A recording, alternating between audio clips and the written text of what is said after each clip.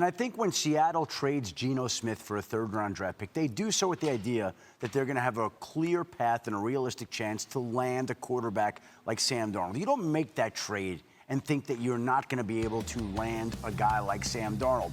And so they go out, they get 8 years younger at the quarterback position. They lose Geno Smith. That wouldn't have been their ideal choice, but they still get younger. They get an additional third-round pick, and they get Sam Darnold done at a 3-year, $100.5 million contract with $55 million guaranteed. And there's a lot of change in Seattle. A lot of people moving on. No Geno Smith, no DK Metcalf, no Tyler Lockett. This is a new Seahawks team, a new chapter.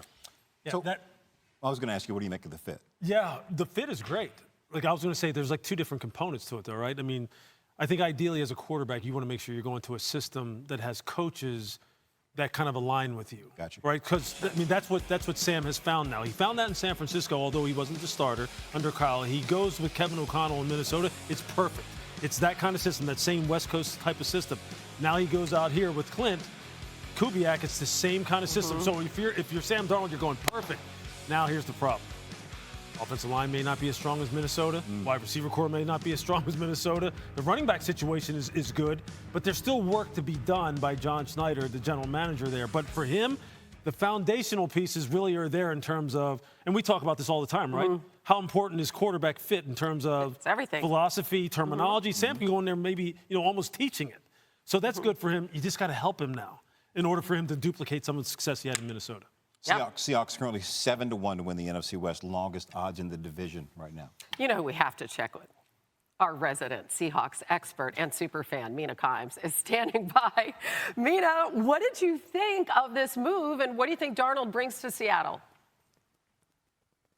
Yeah, I think he brings a lot of the skills we saw on display last year with the Vikings. It was obviously an incredible season for Darnold, and you saw the traits that made him go at the top of the draft when he was taken by the Jets. The arm talent, the ability and willingness to push the ball downfield, give receivers a chance, some playmaking as well, and the system fit that Lewis described, which of course does translate to Clint Kubiak in Seattle.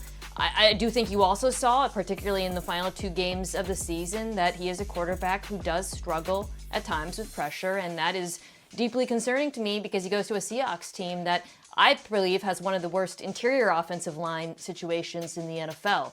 For the Seahawks to get the sort of upside out of him that I think they believe they can get relative to Geno Smith, they must improve the offensive line. I mean, there are obviously needs at receiver now. I would argue even tight end. But because of this particular quarterback that they are betting on, if they do not improve the interior offensive line, this is going to be dead in the water. So that's the mandate now for Seattle. Exactly.